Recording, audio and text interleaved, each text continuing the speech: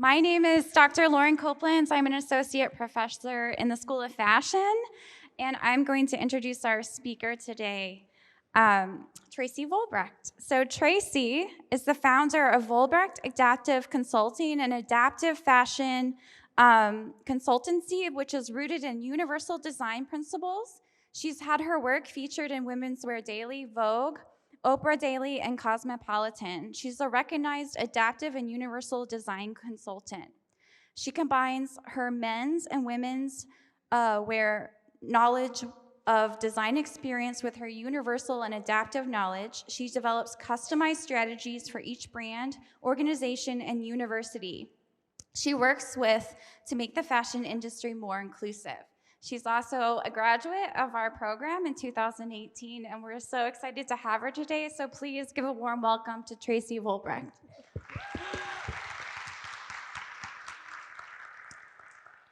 Hi, everyone. As Dr. Copeland said, I am Tracy Vollbrecht, the founder of Vollbrecht Adaptive Consulting. A huge thank you to Dr. Copeland and Linda Orn McDaniel for recommending me for this opportunity. It's really lovely to be back at Kent. And a thank you to the College of the Arts and all the faculty involved, especially Nick Petrella, for putting this whole endeavor on. It's truly an honor to share what I've learned over the past 5 years since I graduated here at Kent. To start us off, I'm going to give a visual description of myself. And at the risk of sounding a little corny, I'm going to do a little accessibility housekeeping before we get started. I am a white woman with strawberry blonde hair. I am pretty short, but I'm hoping up here on stage I look tall to all of you. And I am wearing a cheetah print skirt and a black top. While the bulk of my presentation will be me speaking to you, my presentation does also include the screen behind me, which has some text and images, and I will give a visual description of the images on screen. I also use both people first and disability first language. Community members that I work with support the use of both, especially to reclaim disability as not a bad word. Providing a visual description of yourself, as well as photos in presentations and images and videos that you use or post on social media are really easy ways to be more inclusive, and we'll get into that a little bit later on. Here on screen, we have a photo of a Latina woman wearing a white cardigan and a blue top and blue pants, and I was lucky enough to design her whole outfit that she's wearing there. Okay. Cool. You have finally found it, the dress, the shirt, the suit that you dreamed of. We all value beautiful, intentional design here. Of course, that's why you're in the College of the Arts. That's why you're interested in coming to Kent, specifically in the College of the Arts. So you finally found it, this piece of clothing that really makes you feel confident or sexy or effortless.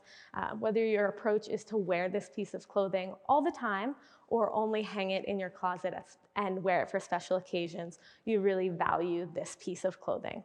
Perhaps you're lucky enough to have a whole closet of these, or a new favorite piece each season, or you find one per year.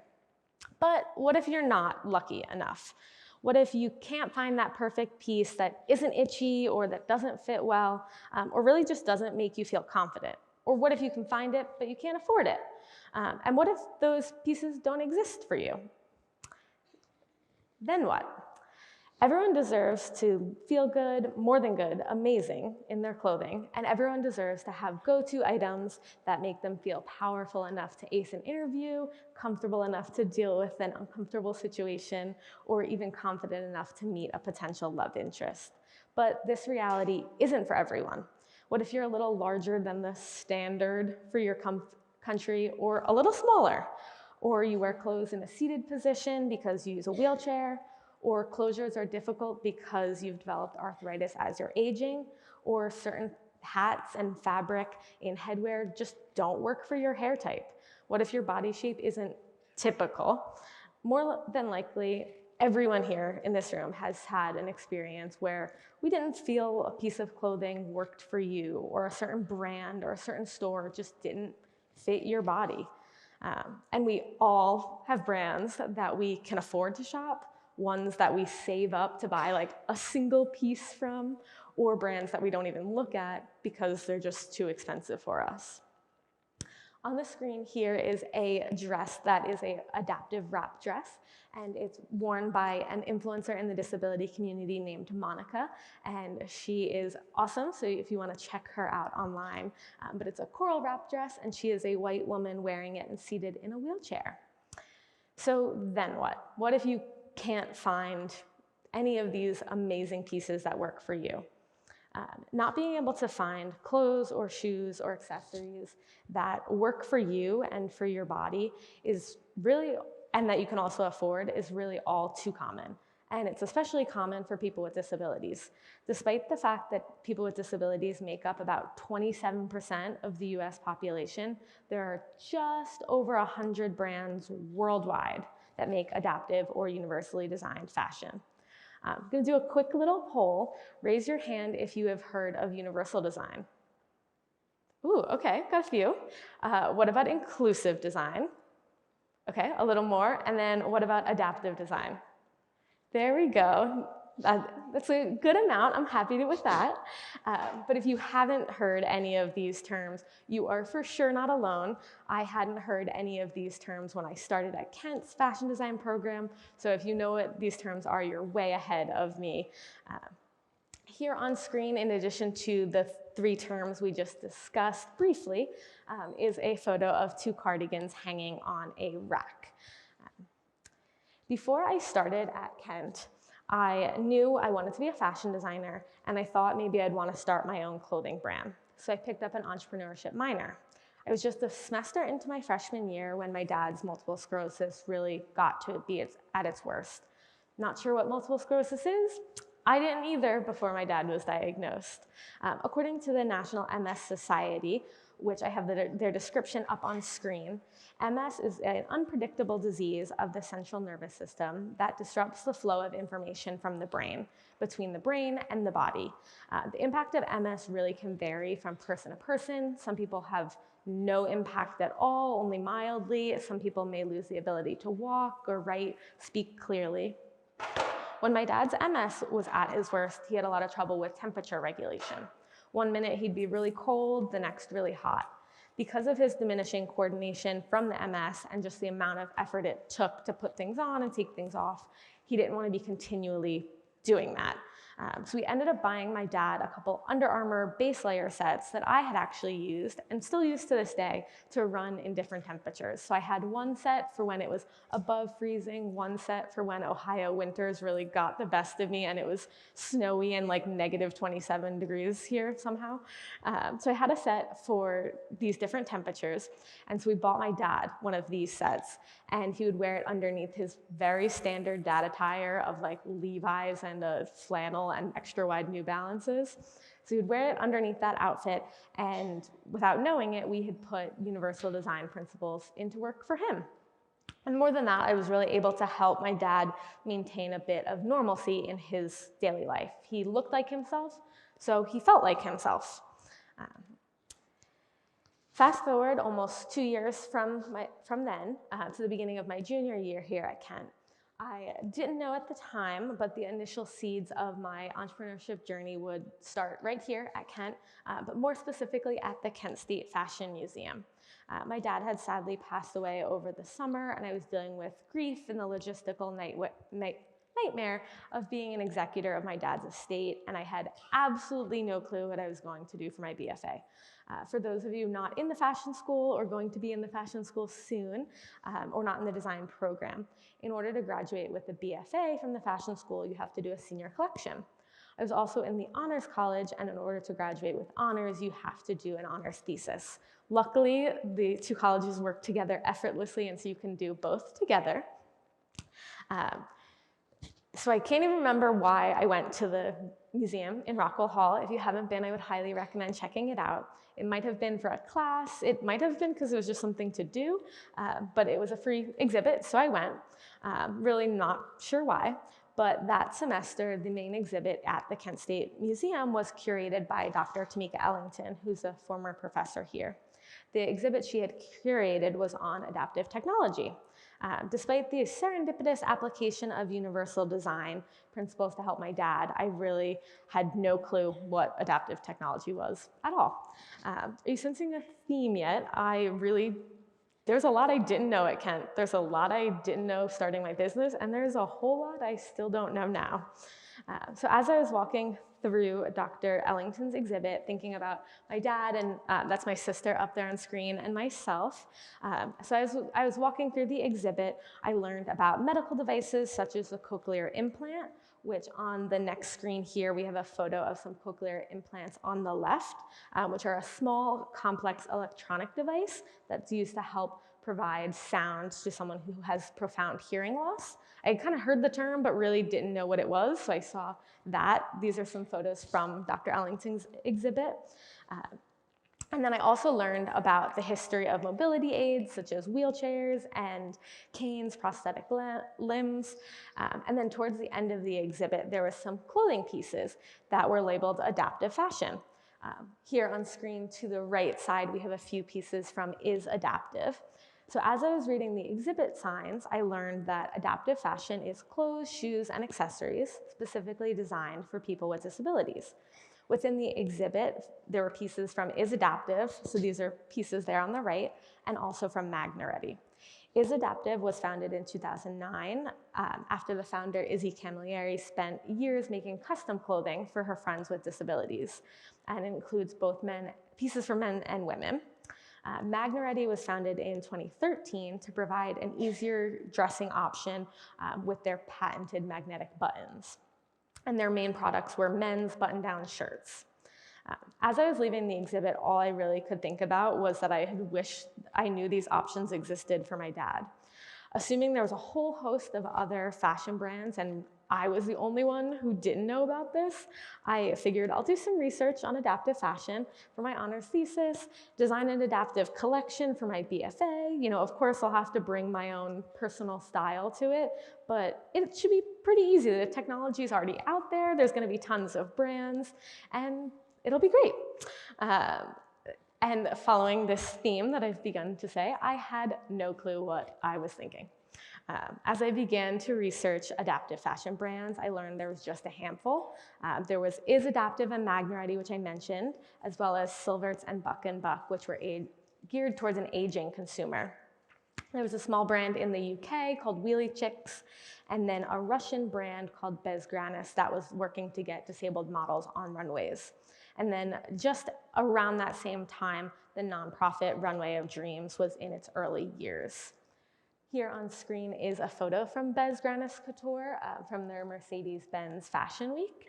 And it's a woman in a wheelchair who has blonde curled hair. She's wearing a printed skirt, a blue top, and a yellow cardigan on top of that. So this is a photo from actually the first time that there was ever a disabled model on a runway. With just these few brands in existence, I quickly realized that the market was really different than I thought. It wasn't just me that didn't know about adaptive fashion. So with that in mind, I realized I would need to do more than just research the topic. I would need to actually conduct research with disabled people to capture their lived experience with disability and fashion. This lived experience would need to serve as my foundation for my BFA collection. With Dr. Ellington's guidance, I interviewed and surveyed about 75 different people with disabilities, including MS support groups, to capture the experience I had seen firsthand. I will like the record to show that this is one thing I did know. I did know how to do some research, so that feeling pretty confident in my journey on that. The more people I researched and the more people I talked to, I came to realize that each person's experience with disability was so different, so unique to each person, even within the same disability. Yet there were so many challenges that kept coming up again and again in the interviews and surveys that I conducted. As I talked with Dr. Ellington, who was serving as my mentor, about this realization, she encouraged me to look into universal design.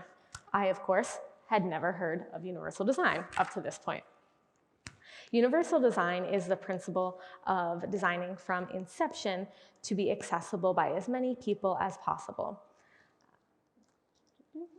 At the same time, universal design was At the time, universal design was a term used most often in architecture, but had a little growing movement in industrial design. And it wasn't really used yet too much in fashion. As I began to learn more about universal design, it became clear to me that each person's unique experience, combined with common clothing issues outside of specific disabilities, really created a need for universal design. If people with MS don't all face the same clothing challenges, how can we put the blanket label of clothing for people with MS on a collection of clothing? I needed to think more broadly and focus in on the solutions I would employ in my BFA collection. As I was conducting research and thinking about adaptive and universal design, developing solutions to common challenges I was hearing about, and beginning the BFA process, I was fortunate enough to be selected to present my work at the International Textiles and Apparel Association's annual conference. This was an exciting opportunity to share the work that I was in the middle of, and also an eye-opening experience for me to see really how few people knew about adaptive fashion. When I did this same survey that you guys just voluntarily participated in, I got a lot less hands. So here on screen is a photo from my BFA collection showing 3 models, all wearing pieces that I designed in tones of white and gray and black. So we'll take a moment to make sure that we are on the same page. I know I asked who had heard about what terms. When I was thinking through this approach, adaptive design or universal design, I do want to say, yes, these are different terms and they have different meanings, but they are 2 ways to get to the same goal of making adaptive fashion. So adaptive design specifically is the process of designing for disabled people with the consideration of the person doing the dressing, which may be a caregiver or the person themselves. Versus universal design in fashion is the principle of designing products from their inception for accessibility by as many people as possible, with consideration given to the wide variety of needs of a whole bunch of people. Regardless of which approach you choose, both lead us to adaptive fashion.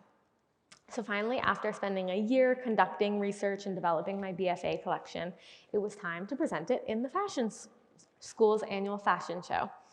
It was exciting to see my work come to life, but also that had its own host of new experiences and challenges, including coordinating my models since they were not Kent students, and working with the fashion school team to make sure that the show was accessible to my models.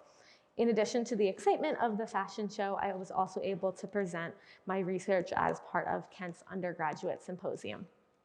So as graduation came around and I was thinking through what I was going to do after graduation, I really realized that there was no jobs in this specific area. There was only a few adaptive fashion companies, so it was unlikely that they even had adaptive fashion teams. I was passionate about this work, but I was also realistic. Sure, I had done some tech packs at Kent, but I hadn't done a tech pack to mass produce a whole line of garments. So I was kind of realistic that launching my own brand was not the right thing right away. And I had done some fittings on my models, but also hadn't fit in a professional sense. So it wasn't really a question in my mind. I needed industry experience, and honestly, I needed to earn some money before I did anything else. So upon graduation, I took a job at a startup called Ligne. My official title was Design and Production Assistant. On the screen on the left here is a photo from Ligne. There's a woman in a striped sweater and a pair of navy pants. So as I mentioned, my title, Assistant Design and Production Manager. I was half of the design team. It was my design director boss and I was also half of the production team, the production manager and I. So it was definitely a startup scenario. It was the best and worst of all the scenarios. It was rare that I got to work so closely with the design director and the production manager right out of college, but also I was working so closely with them because we were pretty understaffed because we were a startup and trying to make it work. We didn't have a technical design team, so I was also the technical design team. Great experience, also a lot of work in figuring out that aspect of it. I learned so many skills from workplace professionalism to vendor relations, Illustrator Shortcut, and as crucial as all of these were, the most important thing I learned was to ask questions. while I was there at Ligne, my concern with asking questions was trying to do it right the first time. There wasn't really time to make mistakes. So I was super concerned, a little worried about making a mistake. So I'd ask all of these questions to make sure I was doing it right the first time. And then when I decided to move on from Ligne to Macy's, which is a photo on the right, my design director boss had said to me, I really appreciated the amount of questions you asked and commended me on that skill that I was really developing just because I was trying not to mess up. So my experience at Macy's was actually kind of the opposite of Ligne, since it's such a large corporation.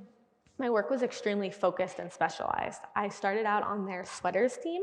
So this is a photo on the right here of their family sweaters, which is part of their holiday collection. And I designed all these sweaters up there. And I got to be really focused in knitwear and got to have that, very direct look. Eventually I did pick up more categories at Macy's, but I got to still be very specialized and have this perspective of cross-functional partners and the corporate fashion system. And because a large fashion company requires everyone use the same technology and be on the same page, I had a lot of experience with PLM, Photoshop, Illustrator, Clo. And then I had the opportunity to teach others these skills for this technology. And then I also expanded my customer knowledge to include the mass market customer.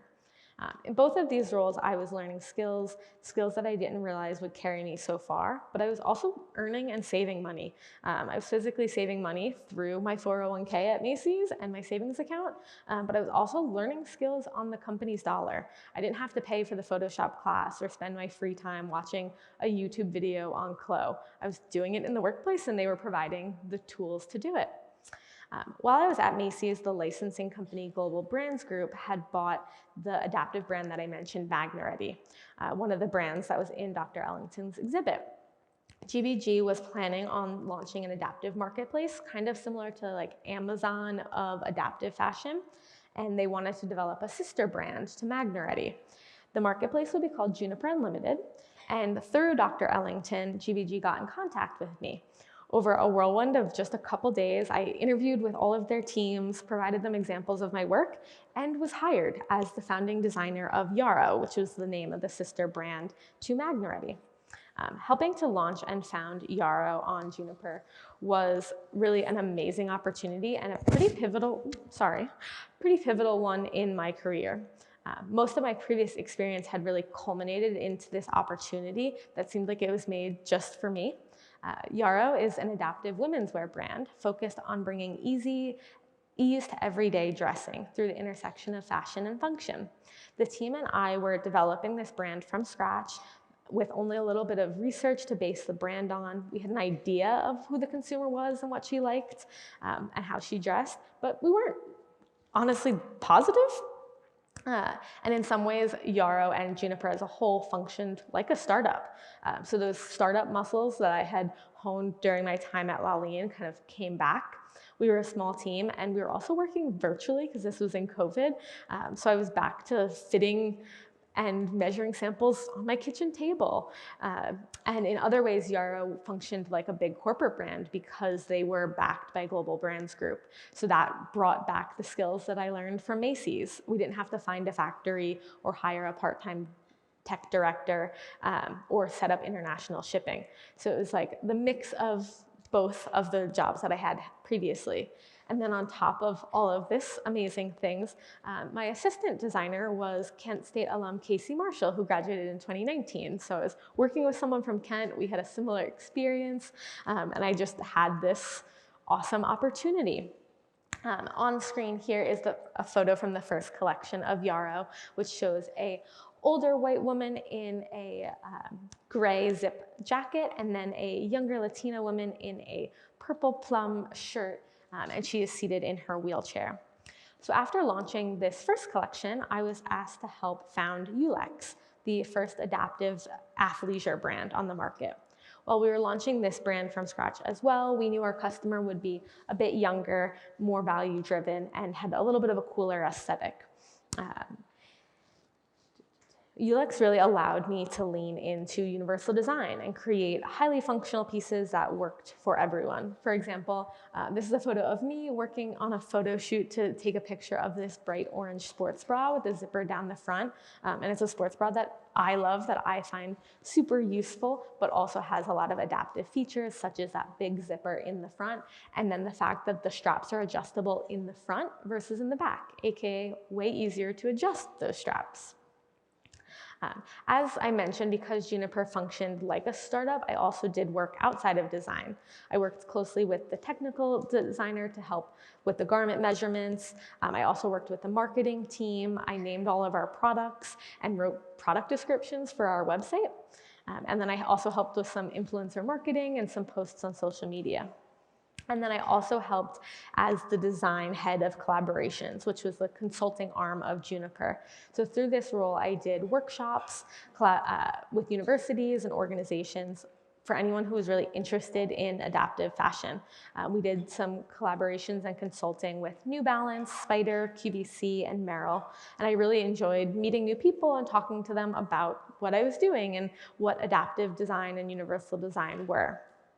Unfortunately, about a year and a half after I started working with Juniper, Global Brands Group filed for bankruptcy. Definitely was not ever expecting to be in this situation. Sure, I was realistic that at some point in my career, there might be layoffs due to work getting sent overseas or something like that. But I really didn't think that the company would go bankrupt. And I really had no clue what that process looked like. And it turned out to be really long and drawn out. But after Juniper was sold to a new owner, the whole team was laid off. And if I am being honest, I was like, now what? I had had my dream job. I worked with this amazing team. My role was filled with creativity and innovation, and each day was different. It was awesome. So I thought through what elements that I liked about the job and started job hunting, as you do once you've been laid off. I found some cool companies in the sustainability space. Some had innovation elements, but nothing really brought me the passion that Juniper did. And I was slowly coming to this realization that the role that I wanted didn't exist. So I decided to create it myself. I would love to say that on that day that I decided to create this role, it was smooth as oil paint on a fresh canvas and all sequins and jazz hands, but no, that would be a lie. As the title of my presentation includes, my journey includes a whole lot of figuring out things that haven't been done before, from applying universal design to fashion, to being the first to put disabled models on Kent's runway, to launching 2 new brands. And thus far, Vollbrecht Adaptive Consulting really has been no different. There's not a flow chart to showing, take this first step and then do the next thing. And there's no path to where I'm going. I'm really carving this path as I go. But I do know where I'm going. As dramatic as it may seem, one day I will put myself out of business, because every fashion company will be inclusive, whether through universal design or adaptively designed collections. The goal, through my efforts and others who are working in this space, is that there won't be a need for us. There won't be a need for adaptive fashion consultants. We will have educated the next generation of fashion professionals to include disabled people, and also to have people think about disability, even if they don't have a disability themselves.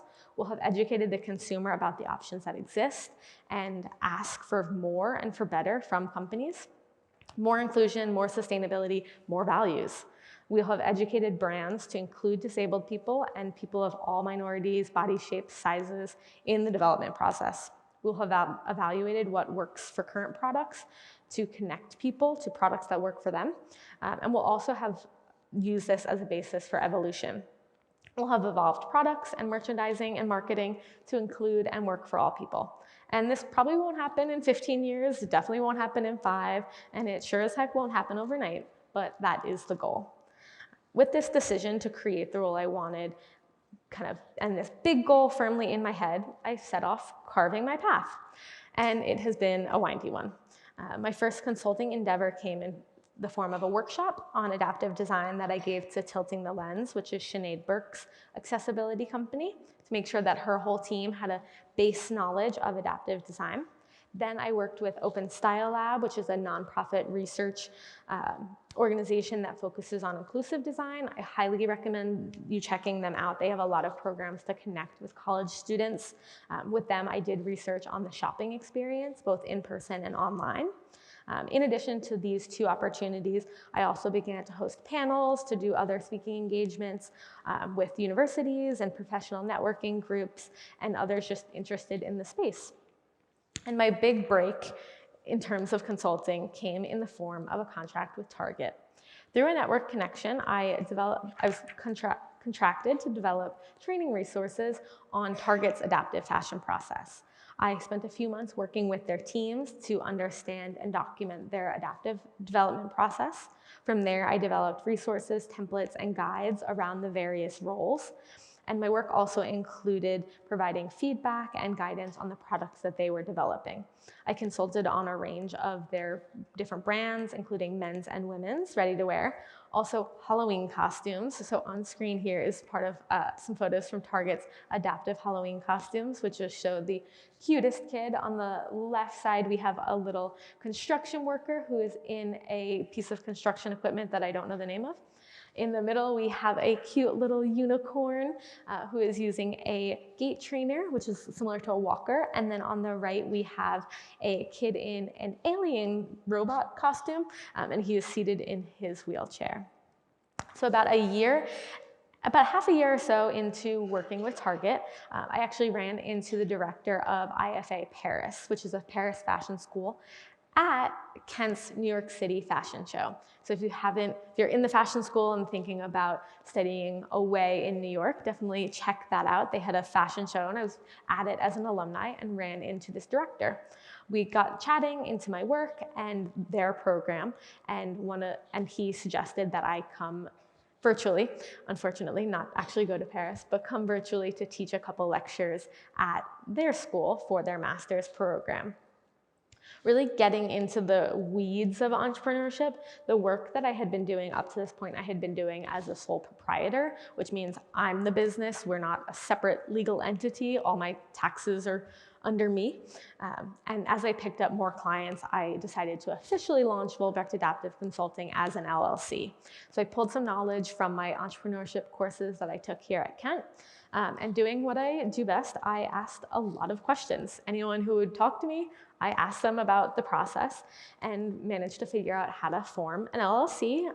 Didn't pay anyone to do it, so I figured out the tax ID number and how to do all the paperwork elements of it. And I even wrote a few contracts. So a whole bunch of tasks that I hadn't done before as a business, and I was kind of figuring out as I went along. Most importantly, though, was developing a business strategy that took into account the work that I was already doing and the steps needed to make any client or any company that I would work with more inclusive. Leaning back on those realizations around universal design that I had made during my research at Kent, combined with the knowledge that I had gained around market, price point, consumer, and the shopping experience, solidified that universal design principles needed to be the foundation of Vollbrecht Adaptive Consulting. Rooted in universal design principles, the business strategy took the approach of a three-prong with three pillars. Vollbrecht Adaptive Consulting's first pillar is education, which focuses on educating our client brands, organizations, and universities about adaptive fashion, adaptive and universal design principles, technology considerations, and we do this through lectures, workshops, speaking engagements, and fashion shows. Our second pillar, which is evaluation, focuses on working with clients to analyze what they currently have, start making small changes that can really have a big impact. We determine if they have any adaptive or universal design solutions already in their products. We take a look at their website and the product descriptions on their website, search functionality of the website to really identify areas for improvement, and also identify things that are already working and call those out to the consumer. Our last pillar, evolution, we guide clients through evolving their current products to work for people with disabilities, or adding an adaptive or universal design collection to their current offering, and guiding them through that inclusive design journey from the initial thought all the way through marketing and sales.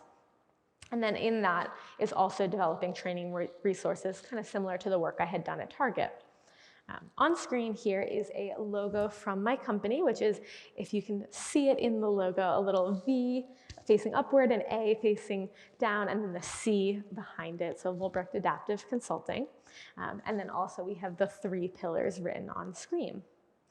I quickly mentioned in the beginning of my talk a few steps that we can all take to be more inclusive.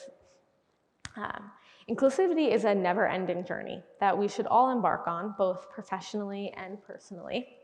But as I do with my clients, I would like to remind you that there's no need to reinvent the wheel. Our inclusivity journey starts with taking the first few steps. So let's take those steps together now. First step, choose language wisely. The words that we use impact how we are perceived and how we perceive others.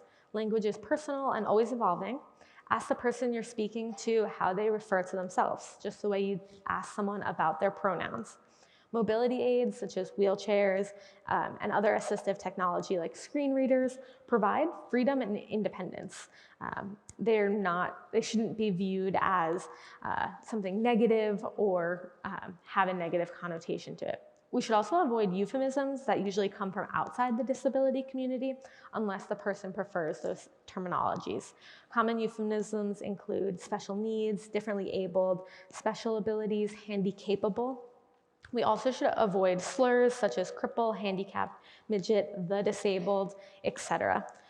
Actually, the term handicap came from the fact that people with disabilities literally had to beg with their cap in their hand in order to survive. And if you are going to use identity-first language, you want to capitalize the D in disabled. So you'd say a disabled consumer with a capital D. And it is totally okay to correct yourself. This is an evolving process. Everyone's thoughts around language change. So if someone says, oh, hey, I prefer you don't use that term, say sorry, apologize, move on. It's so diverse within the disability community that there's not a surprise at all that different terminology is preferred by different people. Address the mistake, move on. No need to dwell on the mistake, nor should you, the person you're speaking to, have to make you feel better. We also should assume that someone you know has a disability. In the US, 1 in 4 people has a disability, and the disability community is the only minority group that you can join at any point in life. Disability is wide-ranging, from physical disabilities like using a wheelchair, such as our model on stage, which is a Latina woman with black curled hair wearing a black jacket and a white top. She is seated in her black wheelchair. But also there's invisible disabilities such as using an insulin pump, having arthritis, cognitive disabilities. There's a whole range of disabilities. So if we all go through our daily lives assuming that someone we know has a disability and start making small changes like putting visual descriptions on our social media, using easy to read fonts and word spacing in our presentation, then we can just generally make the world a better place.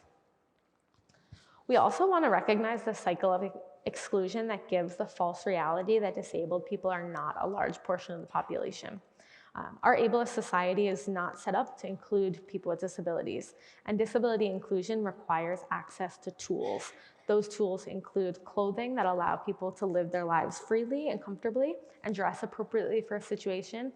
Also includes digital tools such as captions and compatibility with digital aids, and physical spaces such as ramps, elevators, accessible bathrooms. Without these tools, full societal participation through employment, cultural events, milestones, and general independence is pretty challenging. And these lack of tools often leads to a lack of visibility. Disabled people are often forced to choose between health and safety and full societal participation because they don't have the tools that they need provided by society.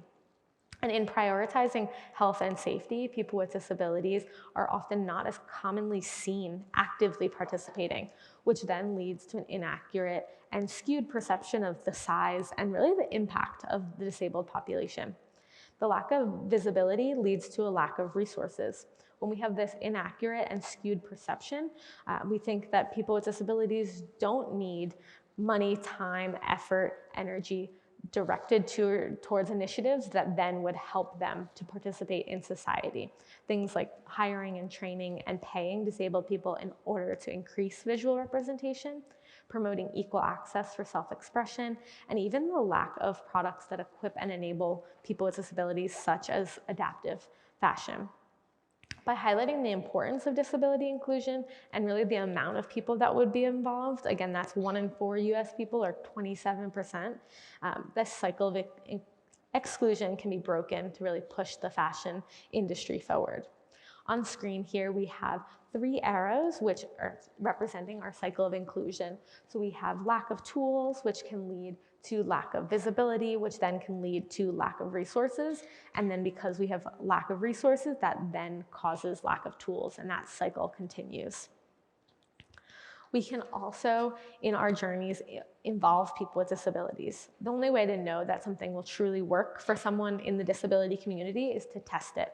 There's a common saying in the disability community, nothing about us without us. Take that to heart and make sure people with disabilities are included in anything and everything that's intended to be inclusive or intended to work for everyone. Also, follow people with disabilities on social media to learn about their experiences. There are so many disabled advocates doing amazing work that we can all learn from. We should also embrace the fact that inclusivity benefits us all. If I took a poll of this audience, I would bet almost everyone in this room has watched a TikTok or an Instagram reel without the sound on, and you just read the captions on the screen. I would even go further to bet that probably we've all done that this week or today. Captions originated as a digital accessibility tool, but now everyone uses them. Curb cuts, which are those things in the sidewalk that makes it easier to wheel your suitcase off of to cross the street, those started as a physical accessibility tool to accommodate those who use wheelchairs and other mobility aids. And people with disabilities had to fight for those to become widespread. Yet now we're annoyed when the curb doesn't have a curb cut and we have to lug our suitcase off the side of the sidewalk. And your friends who use mobility aids are probably pretty annoyed as well when there's no curb cuts. On screen here, we have a black man wearing a white jacket and a bright aqua-colored button-down that has magnetic closures in it, and then a pair of gray pants, and he is smiling at the screen. We can also support initiatives and legislation that make the world accessible to all. On screen, I have 2 QR codes that link to information around 2 initiatives that would improve the lives of people with disabilities. Please feel free to take out your phone and take a picture if you're interested. The first one is around how much savings people with disabilities can keep in order to qualify for government-sponsored health care. This savings amount, which is $2,000, that is literally all they can have in their savings account, hasn't been updated since 1989. I think probably well before almost everyone in this room was born. The second one here is around making air travel safer for people with disabilities. Each month, airlines lose or damage about 1,000 wheelchairs and mobility aids. So that's about 30 per day. As we mentioned when talking about language, mobility aids provide freedom. So airlines really need to treat these mobility aids as an extension of someone's body. So if you want to take a moment to take a picture of the QR code, feel free. In almost the past 3 years of working for myself, I have learned a thing or two. I'm sure that there's many things that I still don't know, some things that I wish someone had told me back when I was at Kent, and some things that I wish someone had told me before I started my company. After college me got over the fact that time travel exists and I wasted it going back to talk to her, here's some things that she would listen to me tell her. Or honestly, she probably wouldn't have listened to me. I can be pretty stubborn, so I hope you'll all listen to me instead. First off, take advantage of the tools at your disposal. Try out the amazing technology here at Kent. Laser cutters, 3D printers, machine embroidery, knitting machines, access to software like Clo, all the different publications we have I no longer have access to, that I had access to. Really take advantage of all that Kent has to offer. These tools cost a whole lot of money in the real world, and it is rare to have an opportunity to just experiment and play and learn with these tools.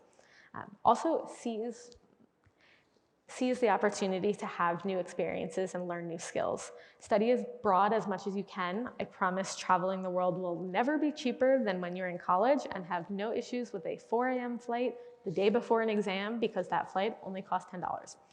Take courses that provide specialized skills or that pique your interest.